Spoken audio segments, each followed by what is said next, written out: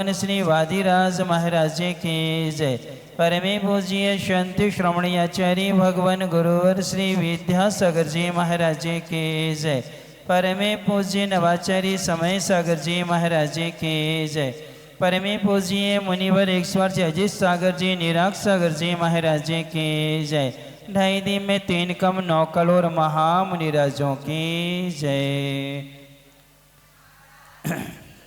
का अवसर करेंगे।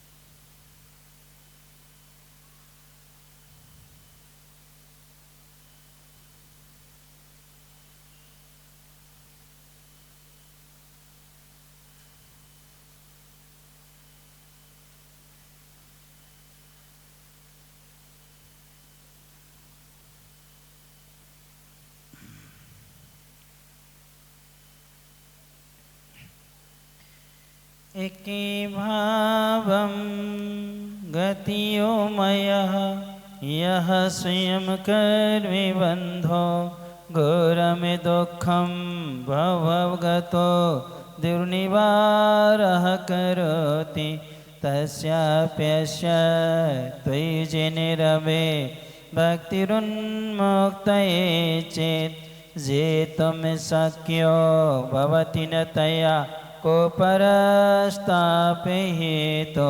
ज्योतिरूपं दुरितिनिवह त्वान्विध्वंसे हेतुं त्वामेवाहुर्जिनवर्चिरं तत्विद्यावियुक्तः चेतो वासे भवति ममस्य पारमोद्भासमानस् तस्मिन् नमः कतिमेतमो वस्तुतो वस्तुमीष्टे आनन्दाश्रुस्नपिते वदनं गदगदं च विजल्पन् यस्यायेतो त्वयि दृढे मनः स्तोत्रमन्त्रैर्भवन्तं तस्याव्यस्या तदपि च सुचिरं देवल्मीकिमद्यान्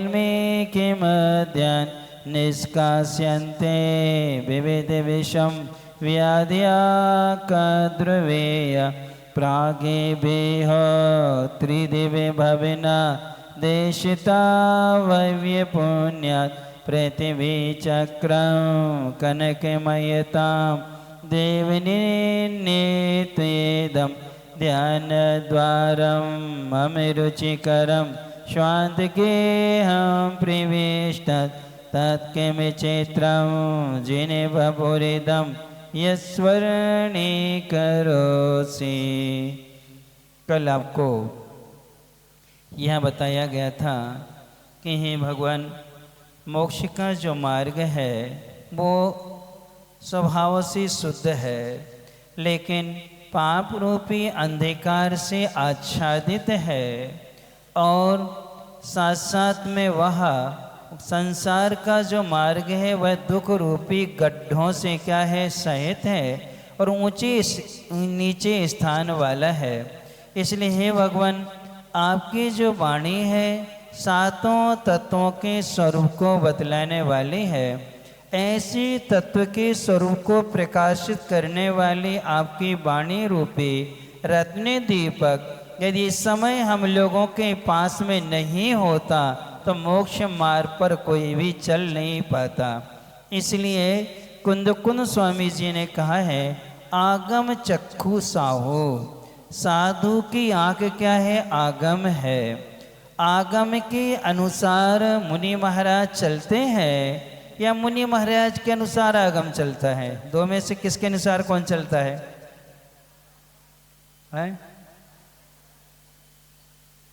आगम के अनुसार। क्यों? देखो, आगम के रचयिता गुरु ही होते हैं। कौन होते हैं? गुरु।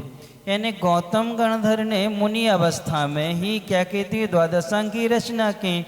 अन्य आचार्यों ने उसको क्या करते गए, लिपिबद्ध करते गए। तो जो लिपिबद्ध हुआ है उसके अनुसार मुनि महाराज चलते हैं। मुनि महाराज के अनुसार आगम नहीं चलता है। इसलिए अपन सबको साधु की बात न मान के आगम की बात मानना चाहिए।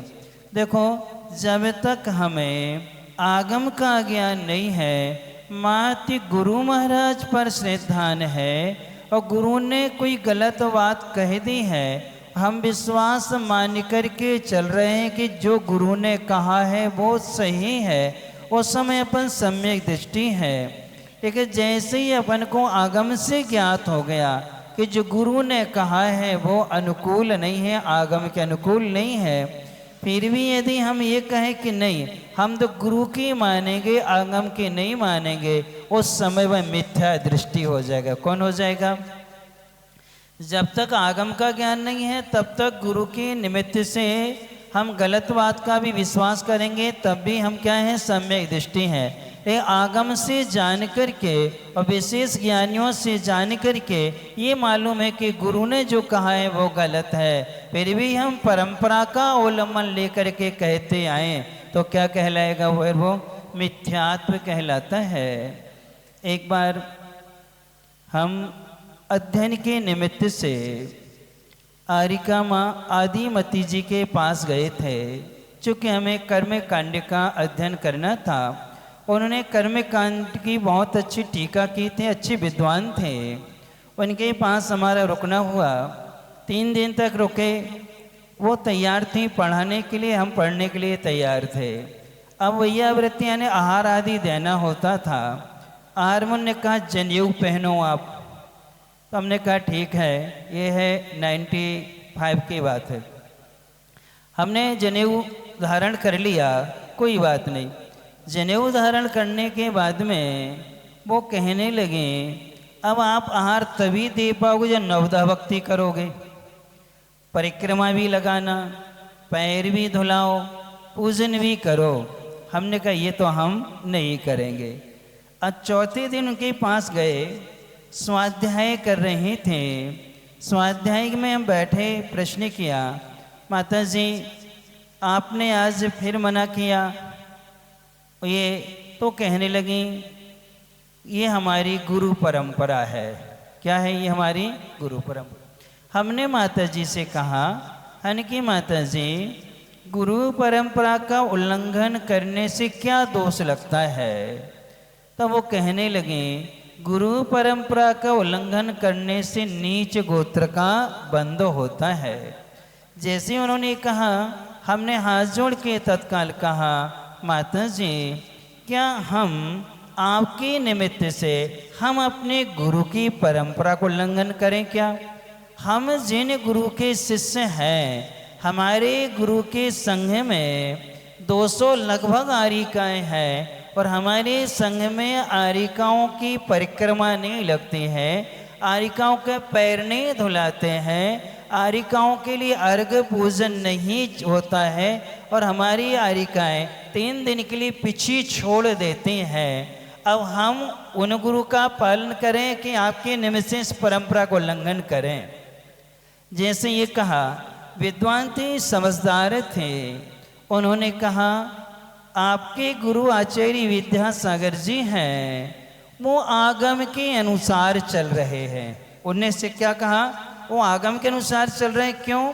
आगम में वस्त्रधारी की पूजा नहीं होती है, ये माता जी ने स्वयं कहा। इसलिए आप मेरे निमित्त से अपनी गुरु परंपरा को उल्लंघन ना करें और हमसे भी हमारी गुरु की परंपरा उल्लंघन मत कराओ। तब हमने कहा, माता जी आगम के अनुसार चलना चाहिए, गुरु के अनुसार नहीं चलना चाहिए। जब आगम में वस्त्रधारी की पूजन का निषेध है तो आपको भी कराना नहीं चाहिए। लेकिन क्या है? गुरु परंपरा। तो ये परंपरा कभी आगम नहीं होती। आगम क्या कहलाता है? शास्त्र में गणधर आदि अन्नाचार्य ने जैसा लिखा है वैसा क्या करना? पालन करना। अब इसके बाद में और भी चर्चाएं हुई, अभिषेक को लेकर के चर्चा हुई। तो हमने माता जी से कहा कि माता जी 8वीं शताब्दी में त्रिलोक प्रणति नाम का ग्रंथ लिखा है यति वृषभाचार्य महाराज ने, उसमें समोषण का बहुत सुंदर वर्णन किया है। हमने कहा उसमें कहीं भी अभिषेक का उल्लेख आया है, लेकिन जल अभिषेक का उल्लेख आया। किसका आया है?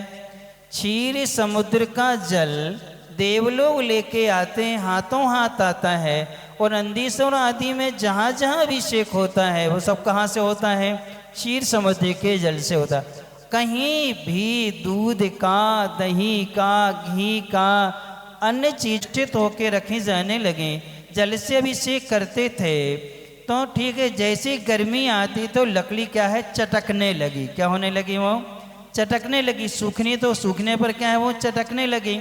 और तब उन्होंने विधान किया कि लकड़ी पर पहले घी डाल दो। क्या कर दो? घी डाल दो, दूध डाल दो, और फिर जल डालेंगे तो लकड़ी क्या बनी रहेगी? सुरक्षित बनी रहेगी। इस अभिप्राय से उन्होंने क्या किया? इसका विधान किया। अपने भी पाषाण की प्रतिमाएं हैं, जब उनमें रुक्षपन आ जाता है, अपन नारियल का या घी का या फिर तिली आदि के शुद्ध तेल का क्या कर देते? उन पर लेप कर देते हैं। तो क्या जो अभिषेक की कोटि में आएगा? ये नहीं। ये तो सिर्फ हम क्या कर रहे हैं? उन्हें बिंब की सुरक्षा के लिए हम क्या कर निर्दोष उपाय कर रहे हैं। जो अभिषेक पाठ पढ़ते हैं अपन माघनंदी जी वाला, उसमें स्पष्ट आता है, स्वकीय कलमस उन्मथाए देव शुद्धोद कई रवि नयामी महाभिषेकम। पढ़ते कि नहीं पढ़ते? ये लोग पढ़ते होंगे, तुम लोगों को पता ही नहीं है। कर्म प्रबंध निगडई हीन ताप्तम ज्ञात पापी भक्ति वसता, यानी ये शुद्ध जल अभिषेक है। तो इसमें उनके ये देखो आचार्य माघनंदी जी लिख के गए हैं, और ये माघनंदी जी 9वीं शताब्दी में हुए हैं। किस में हुए हैं? तो हमारे पूर्वाचार्यों ने जो विधान किया है हम उसके अनुसार क्या करते हैं? चलते हैं। बीच में परिस्थितिवश बहुत सी परंपराएं आई हैं, उन परंपराओं को हम आगम नहीं मानेंगे। क्या नहीं मानेंगे? आगम नहीं मानेंगे। कई जैनेतर विद्वान मुनि महाराजों से, जैन साधुओं से प्रभावित होकर के जिन धर्म को स्वीकार किया, और जिन धर्म को स्वीकार करके मुनि महाराज बन गए, और मुनि महाराज बन करके उन्होंने ग्रंथों का क्या किया? लेखन किया। तो उनकी परंपरा में जो उनको ज्ञान था तो उन्होंने क्या कर दिया? इन ग्रंथों में भी क्या कर दिया? लिपिबद्ध कर दिया। इसलिए अपन को पूर्वाचार्यों के अनुसार देखना चाहिए। अपन भक्ति में पढ़ते ना, पूर्वाचार्य अनुक्रमे ने सकल कर्म क्षयार्थम। पूर्व के आचार्यों ने जैसा कहा है उसी के अनुक्रम से हम कर्मों का क्षय के लिए क्या कर रहे हैं? ये कार्य कर रहे हैं। इसलिए आगम मुख्य है, आगम के अनुसार गुरु चलते हैं, गुरुओं के अनुसार आगम नहीं चला करता है। इस प्रकार से ये हमारे लिए दीप, रत्न दीप रूपी वाणी मिल गई है। ये रत्न दीप कभी भी आंधी तूफान से बुझता नहीं है, कभी नष्ट नहीं होता है, सड़ता गलता नहीं है। ऐसे ही भगवान आपका छाये केवल ज्ञान है। ओम ह्रीं पाप तिमिर नाशक जीवादि तत्वोपदेशी वाणी प्रदायक श्री विषभनाथ जिनेन्द्राय नमो नमः। अब आगे दे रहे हैं कि हे भगवान, जो हमारे आत्मज्ञान रूपी ज्योति है वो एक भूमि में गड़े हुए धन के समान है। अब उसको प्राप्त करने का उपाय बतला रहे हैं। आत्म ज्योतिर, ज्योतिर नहीं, ज्योतिर आधा जा और या में ओ की मात्रा है, जा में ओ की मात्रा नहीं है। क्या है? आत्म ज्योतिर निधि रण्यवधि द्रष्टु रानंद हेतु करेमत क्षोणी पटलिपिहितो यो नवाप्यः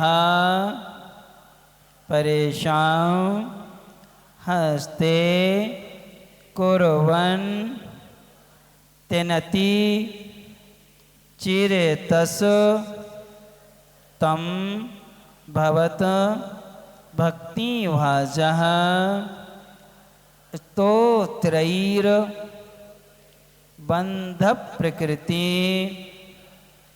परसोदाम धात्री खनित्रहि आत्मज्योतिर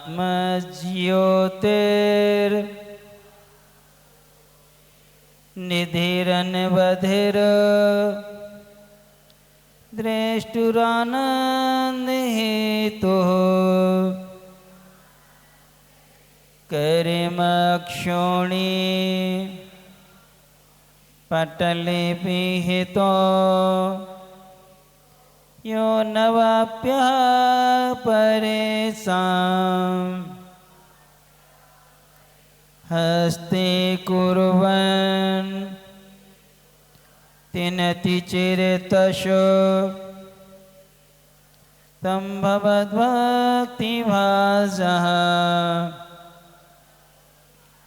स्तोत्रैर्बन्ध प्रकृति परसोद दाम धात्री खनित्रहि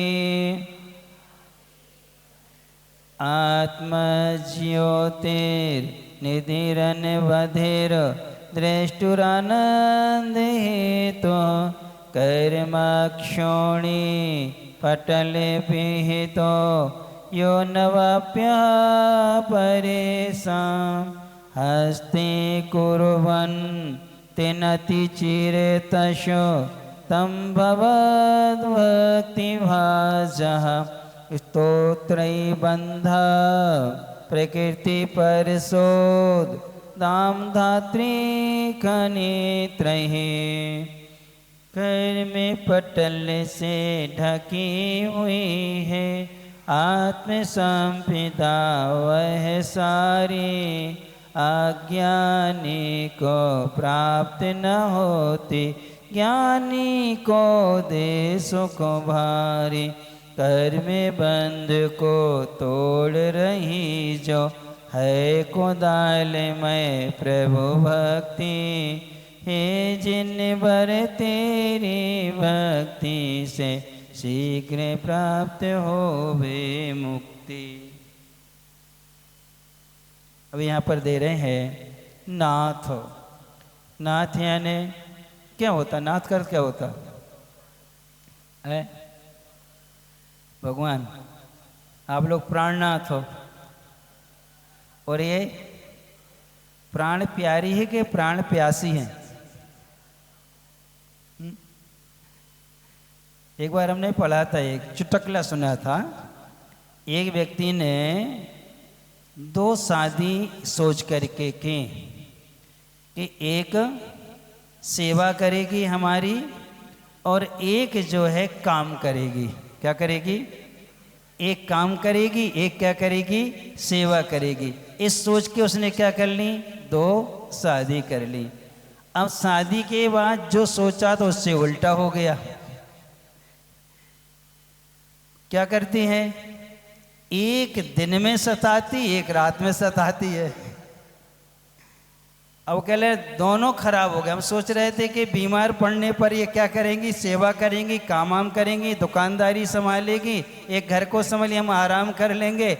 अब स्थिति ये है कि दिन भर हमें परेशान कर, ये लाओ वो लाओ, वो रात में नहीं सोने देती। आज उसने ऐसा किया, आज उसने ऐसा किया, उसने ऐसा किया। हम इसी से क्या हैं? परेशान है। तो नाथ का अर्थ होता है जिनका आदि और अंत नहीं है। क्या है? जिनका ना आदि है और ना अंत है, जो शाश्वत होते हैं वो नाथ कहलाते हैं। क्या कहलाते हैं? जो शाश्वत है वो कौन है? नाथ है।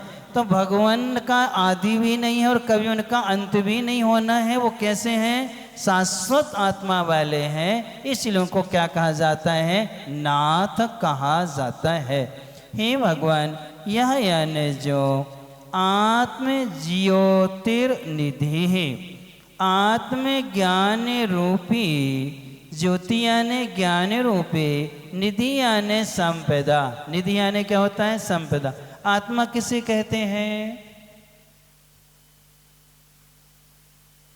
किसे कहते हैं आत्मा?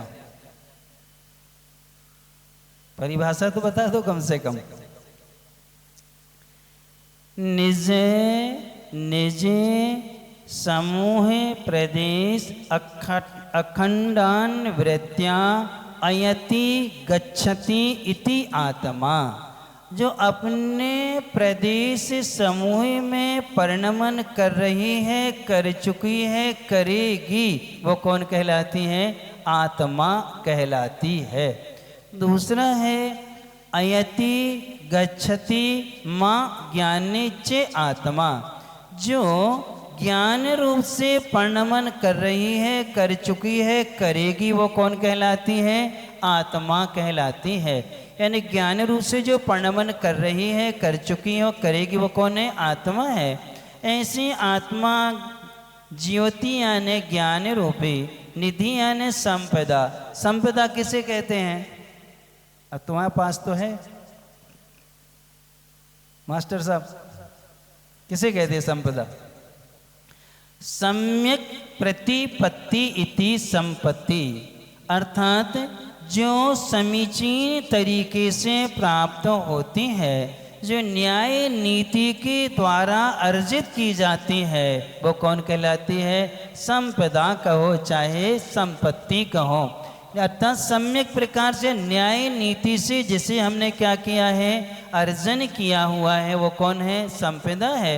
ऐसे ही भगवान जो आत्मज्ञान रूपी जो संपदा है वह है अनवधि। कैसी है वो? असीम है, उसकी कोई सीमा नहीं है। अवधि से क्या है वो? रहित यानी अनंत है। कर्म क्षोणी, कर्म रूपी, क्षोणी यानी पृथ्वी, पटल यानी परत से, पिहिता यानी ढकी हुई है। कर्म रूपी पृथ्वी पटल से क्या है वो? अपनी क्या है? ढकी हुई है। दृष्टु आनंद हेतु हो, जो दृष्टु यानी जो श्रद्धावान पुरुष है, सम्यक दृष्टि है, उनके लिए आनंद हेतु, आनंद में कारणभूत है। और परेशान जो अन्न है, अश्रद्धालु है, जिनकी श्रद्धा नहीं है, उनको अनवाप्यः, उनको कभी प्राप्त नहीं हो सकती है। तम उस दुर्लभ आत्मज्ञान रूपी संपदा को भवत यानी आपके भक्ति भाजा, भक्ति करने वाले, भाज यानी जो पात्र है, आपकी भक्ति करने वाले भव्य जीव रूपी पात्र, बंद प्रकृति, जो बंद चार प्रकार का है, प्रकृति, प्रदेश, स्थिति और अनुभाग। ऐसे बंद से, और परुष का अर्थ होता है कठोर। परुष यानी क्या होता है? अत्यंत कठोर। उद्दाम, उसको खोदने के लिए, किसको खोदने के लिए? उसको खोदने के लिए। खनित रही, आप कैसे हैं? कुदाली के समान हैं। कैसी भूमि? जो बंदे रूपी प्रकृति, स्थिति, अनुभाग रूपी जो भूमि से हमारी आत्मज्ञान रूपी ज्योति क्या है? ढकी हुई है। उसको खोदने के लिए आपकी जो भक्ति है वो कुदाली के समान है। कुदाली भी कहते हैं, गैती भी कहते हैं। दोनों तरफ से नुकीली होती है, एक साइड चौड़ी होती है और एक साइड थोड़ी सकरी होती है, जिससे भूमि क्या करते हैं? खोदते हैं। तो उसके लिए उस गैती के समान आपकी भक्ति है। फिर इसके बाद में स्तोत्र ही, स्तुति के द्वारा अनति चिरतः, बहुत जल्दी, अत्यंत शीघ्र, हस्ते कुर्वन्ति, अपने हाथ में कर लेते हैं। पूरा अर्थ होगा, हे भगवान, जिस प्रकार पृथ्वी में गड़ी हुई धन को कठोर भूमि भले होती है, एक कुदाली से खोद करके हम शीघ्र ही उसको अपने हाथ में ले लेते हैं। ऐसे ही भगवान मोहिनी कर्म, ज्ञानवर्ण कर्म, दर्शनावर्ण कर्म, अंतराय कर्म, इन चार घातियाँ कर्मों से अनंत ज्ञान, अनंत दर्शन, अनंत सुख, अनंत वीर्य रूपी जो हमारी ज्ञान ज्योति है वो इन चार आवरण करूपी पृथ्वी से ढकी हुई है। जब हम आपके प्रति समर्पित होते हैं, आपके प्रति श्रद्धान करते हैं और सम्यक दर्शन रूपी, श्रद्धा रूपी, भक्ति रूपी कुदाली से जब खोदते हैं तो शीघ्र ही हमें अनंत चतुष्टय की क्या हो जाती है, प्राप्ति हो जाया करती है।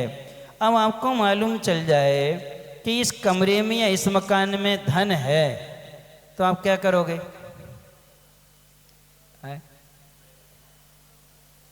भगवती लाल जी निकाल लेते बहुत जल्दी, है ना, कोई को पता ही नहीं चलेगा। और क्या करेंगे अपन?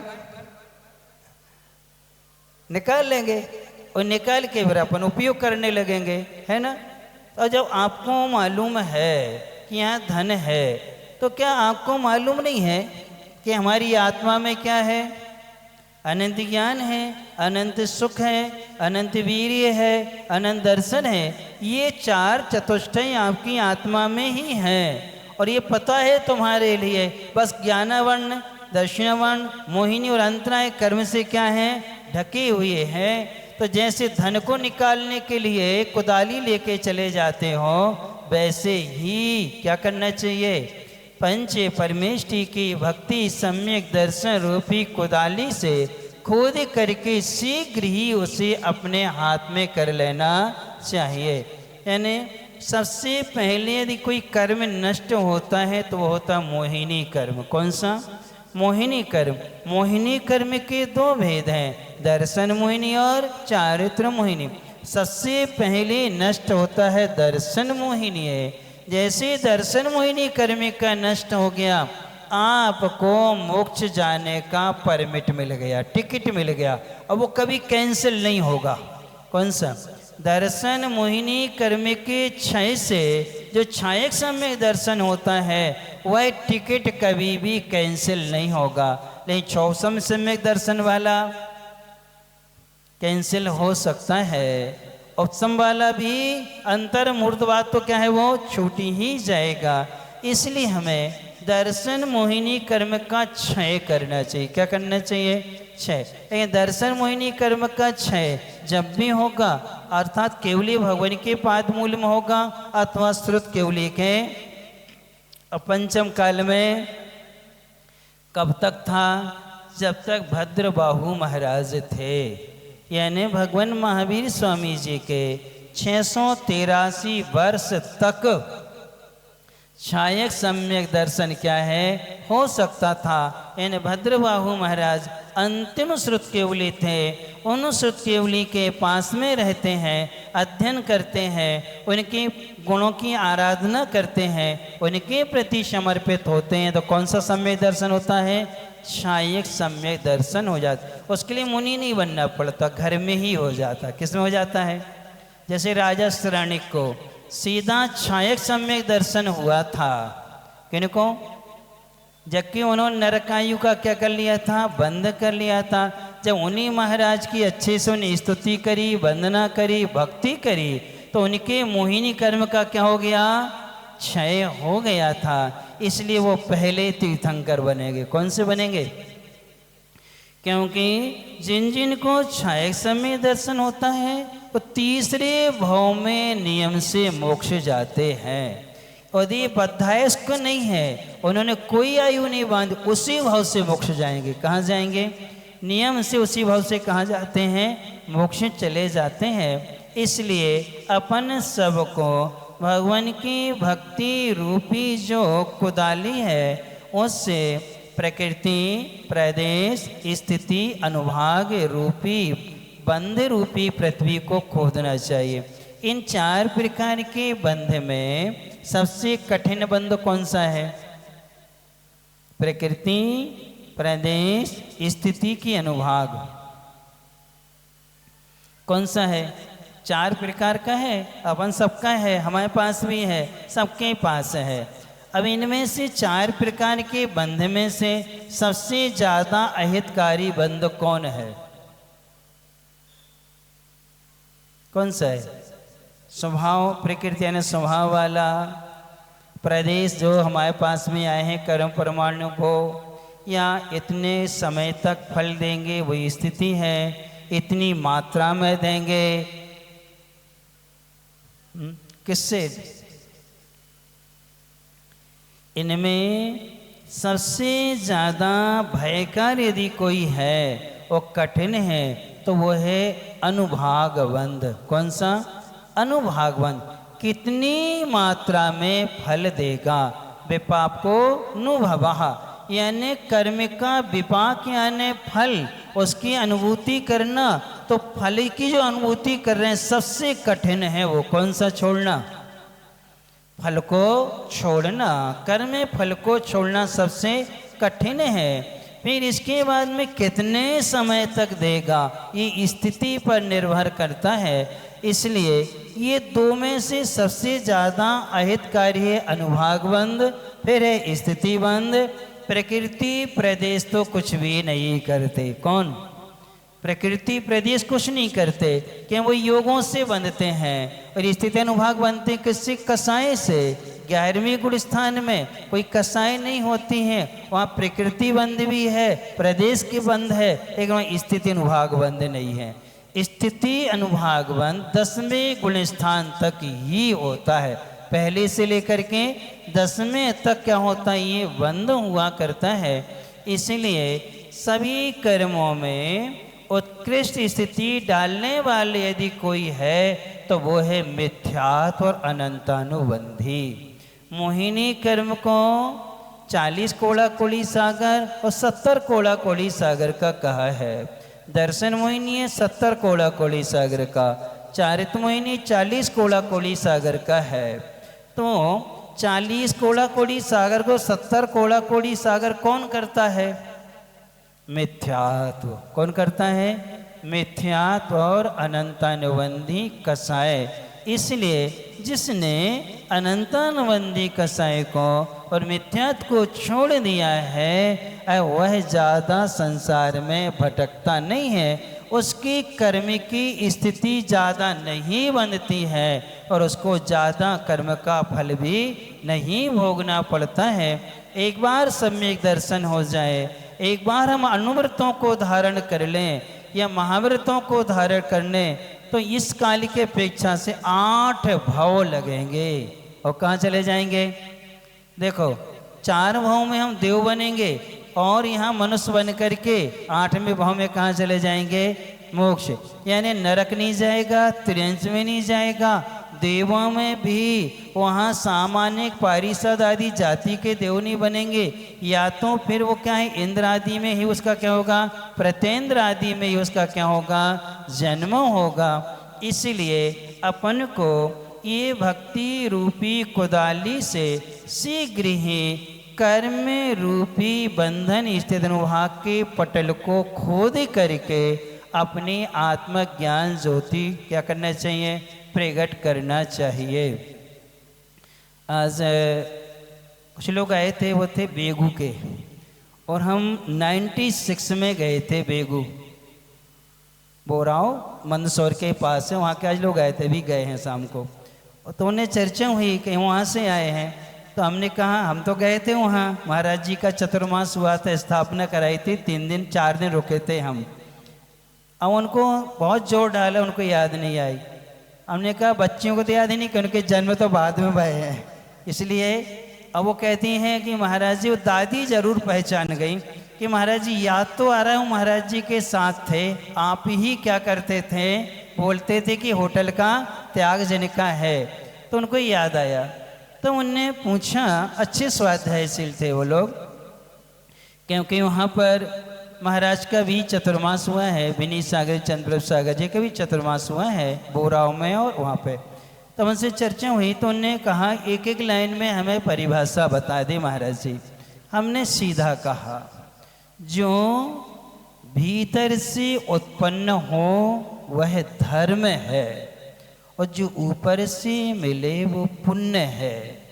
पुण्य विभाव अर्थ पर्याय है, नष्ट होता है, नियम से नष्ट होता है, और धर्म कभी नष्ट नहीं होता। क्योंकि वो किसका है? आत्मा का स्वयं का गुण है। इसलिए हमें पुण्य पर जोर नहीं देना। पुण्य जब भी कमाओगे बाह्य वस्तु से ही अर्जित होता। किससे होता है? बाह्य से अर्जित हो। आत्मा का स्वभाव पुण्य है ही नहीं और ना पाप है। ये दोनों पराश्रित हैं। हम दूसरों से अर्जित करते हैं, लेकिन धर्म कैसा है? स्वाश्रित है। आत्मा का क्या है? वो स्वभाव है, वस्तु का वो स्वभाव है। इसलिए हमें धर्म को प्राप्त करना चाहिए। किसको किसको प्राप्त करना चाहिए? धर्म का। हमने उदाहरण दे दिया, यानी कुएं का पानी और नल का पानी। पुण्य तो नल का पानी है और धर्म किसका है? कुएं का पानी है, अपने स्रोत से क्या है? वो भरा हुआ है। और ये कहाँ से भरा है? ऊपर से आया है। बारिश का पानी हो चाहे कोई भी हो, तो पुण्य परमेश पराश्रित हो नष्ट होता है। यानी कि 14वें गुणस्थान में ये पुण्य नष्ट हो जाता है। जैसे योग निरोध करते हैं, पुण्य क्या हो जाता है? नष्ट हो जाता है। समोसन आदि विघटित हो जाते हैं। सारी अष्ट प्रातिहारी सब क्या होते हैं? 14 देवकृति से, 10 केवल ज्ञान गति से सब समाप्त हो जाते हैं। और 5 हिरस्व अक्षर बोलने में कहाँ चले जाते हैं? वो मोक्ष चले जाते हैं। धर्म तो उनका शाश्वत अभी भी अवस्था में बना रहता है, लेकिन शेष सभी चीज़ें क्या होती हैं? नष्ट होती हैं। इसलिए अपन को धर्म करना, क्या करना है?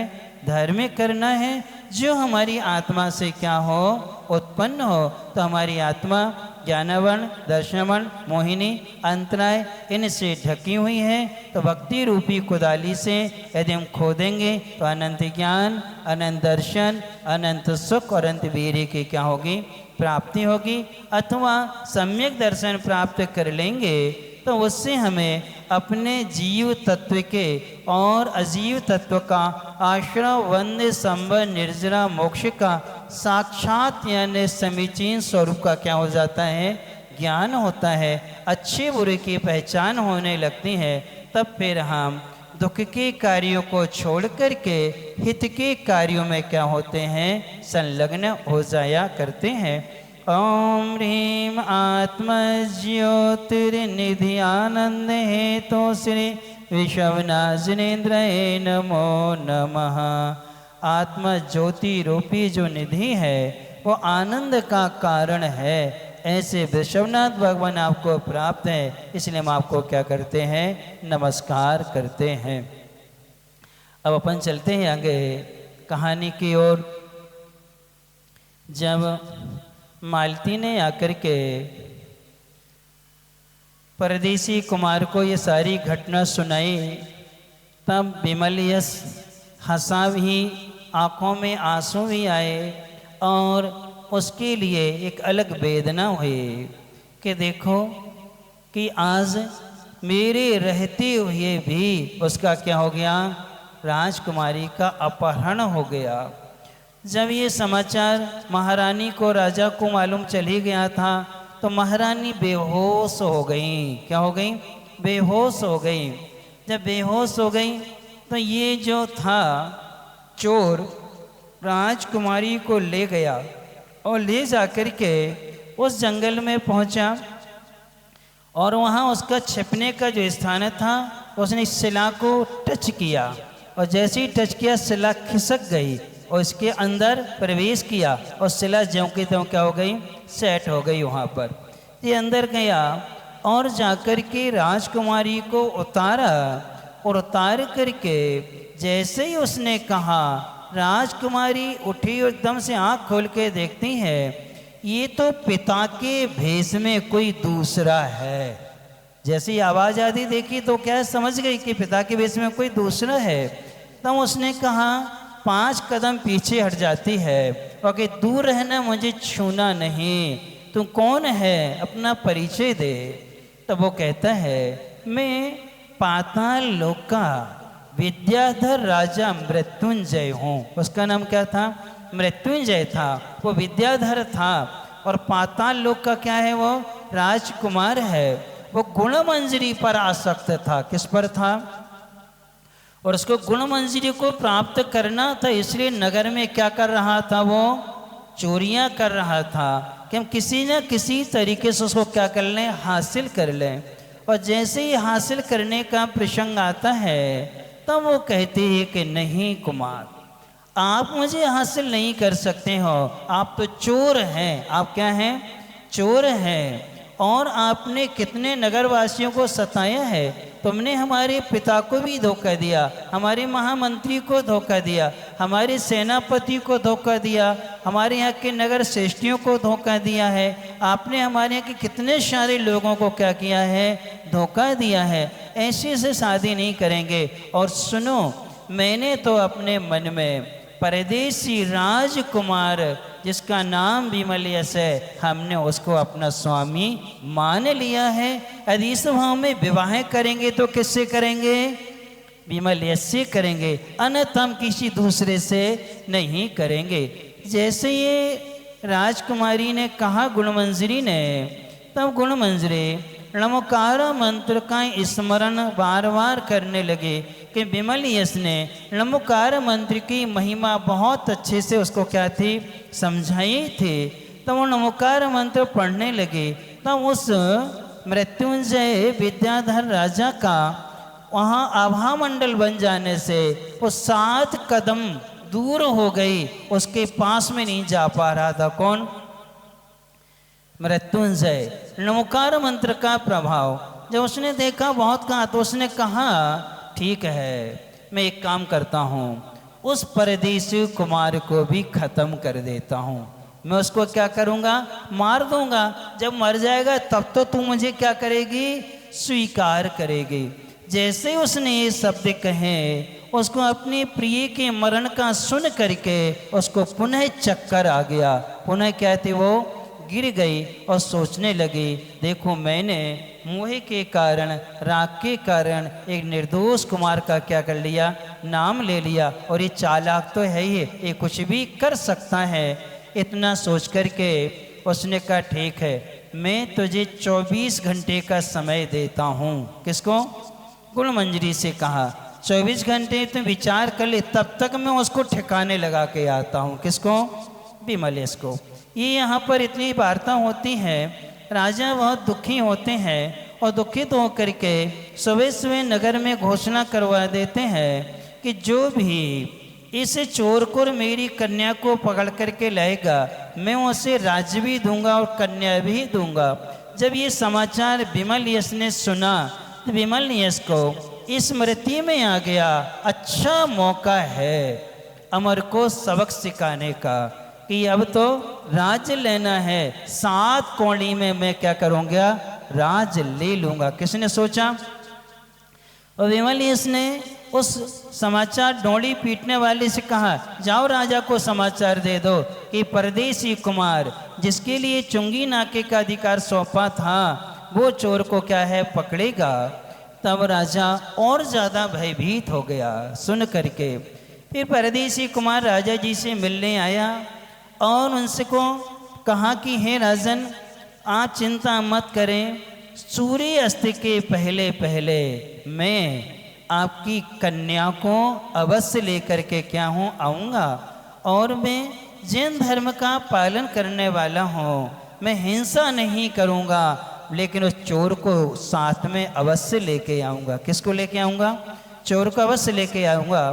तब राजन बहुत दुखी होती कहते हैं, मत जाओ कुमार, मैंने बेटी को खोया है, तुमसे ही मुझे आस है, इसलिए मैं तुम्हें खोना नहीं चाहता हूँ। बहुत मनाया, तब उन्होंने कहा नहीं, मैं तो उसको क्या करके आऊँगा, अवश्य पकड़ूंगा। किसके लिए? चोर को और कन्या को। कहीं गुणमंजरी को ये भी चाहता था। अब इस प्रकार से ये जाता है अपने महल में, पहुँच करके सारे रत्नों की मुद्राओं की पेटियां खोल देता है, सारे दरवाजे खोल देता है और विद्याधर के द्वारा दी हुई विद्या का स्मरण करता है। पहली विद्या रूप परावर्तनी का प्रयोग कर ही लिया था और वहाँ जो जादुई पंखा था, वो पंखा रानी के ऊपर 2-3 बार उसने नमोकार मंत्र के लिए माध्यम से जैसे ही हवा उसकी लगी, रानी उठ कर के बैठ गई और कहा, महारानी, इस पंखे से सब चीज़ें दूर हो जाती हैं, आपने अपने पास में रखती तो उसकी हिम्मत नहीं पड़ती किसको, गुण मंजरी को ले जाने की, लेकिन आपने इसको तो कहाँ रख दिया, तिजोरी में रख दिया, जबकि इसको अपने पास में ही क्या था, रखना था। कोई बात नहीं, आप मुझे अपना पुत्रवत स्नेह दें, आशीर्वाद दें, मैं इस कार्य में अवश्य सफल होऊंगा। ये कह के उसने सब कुछ कर लिया, विद्या को स्मरण किया, अदृश्य कारणी विद्या, कौन सी, अदृश्य कारणी विद्या का स्मरण किया, अदृश्य हो गया, और सत्य कंजर बलनी विद्या का स्मरण किया, उसमें 100 हाथी के बराबर ताकत आ गई। कितनी आ गई, 100 हाथी के बराबर ताकत आ गई। फिर उसने परमति विद्या छेदनी नाम के जो विद्या थे, कि दूसरों की विद्या को छेदन करने की जो विद्या दी थे, उसको स्मरण किया, वो भी उसके पास में आ गई। तीनों चारों विद्याओं का उसने प्रयोग किया और वहीं बैठ गया महल में। सब चीज़ें खुली हैं, इसको सब कुछ दिखाई दे रहा है, लेकिन अदृश्य होने की ये किसी को दिखाई नहीं दे रहा था। कौन, विमल्यस। अब वो आया, कौन, चोर नहीं, अब तो वो तो राजकुमार है, राजा है, मृत्युंजय उसका क्या है, नाम है। वो आया और देखा, देख करके बड़ा आश्चर्य हुआ कि अरे यहाँ तो कुछ नजर ही, उसने आवाज भी दी, सब कुछ किया, लेकिन वहाँ कोई सुने तो, वो तो सुन रहा है विमलेश, लेकिन पकड़ना है उसको, इसलिए चुपचाप बैठा था कि ये गुण मंजरी को कहाँ लेके गया है, देखेंगे, पीछा करेंगे। और उसने सारी चीज़ें समेटें और उस विमल यश के वस्त्र भी क्या कर लिए, उठा लिए, सब ले लिए और गठरी बांध करके चला। बदमाश डर के भाग गया। क्या कहने लगा, ये तो डर के क्या है, यहाँ से भाग गया है, अब मैं जाऊंगा और कुमारी के सामने ये सब कुछ रख देंगे, उसको विश्वास हो गया और वो मुझे क्या करेगी, हासिल कर लेगी। जैसे ये सोच करके ये जाता है, विमल्यस उसके पीछे पीछे हो जाता है अदृश्य रूप में। जैसे गया, उसने चट्टान को टच किया, चट्टान खिसकी, वो अंदर पहुंच गया। अंदर पहुंच करके उसने विमल्यस के सारे वस्त्र और उसकी जो बीणा बजाने की थी वो भी सामने रख दे और हीरे जवाहरात, और कहने लगा मैं उसको तो ठिकाने लगा के आ गया हूँ, अब मुझे ही स्वीकार करना होगा। इतना उसने यहाँ कहा, तब इसने भी देखा और इसने वो सतकंजर वलनी जो विद्या थी, उस विद्या 100 हाथी के बराबर बल था, उसका स्मरण किया, एक लात मारी, चट्टान खिसक गई। जे भी अंदर पहुंच गया, अंदर पहुंच के शेष कहानी डैश डैश डैश आगे मालूम चलेगा कि वो आगे क्या करेगा। कौन अदृश्य रूप में गया है, वो चोर क्या करेगा, ये सब अपन आगे जानने की कोशिश करेंगे। आज के नियम का पालन कौन कौन ने किया, क्या नियम था, पानी छान के पीना था मर्यादा के भीतर भीतर, बस इतनी लोगों ने, बाकी लोगों ने देखो एक बूंद में कितने सारे जीव होते हैं, 36,450 जीव होते हैं। हर 48 मिनट के भीतर भीतर पानी क्या करना चाहिए, छान के ही प्रयोग करना चाहिए। कितने जीव उत्पन्न होते हैं, आपको वीडियो दिखाएंगे।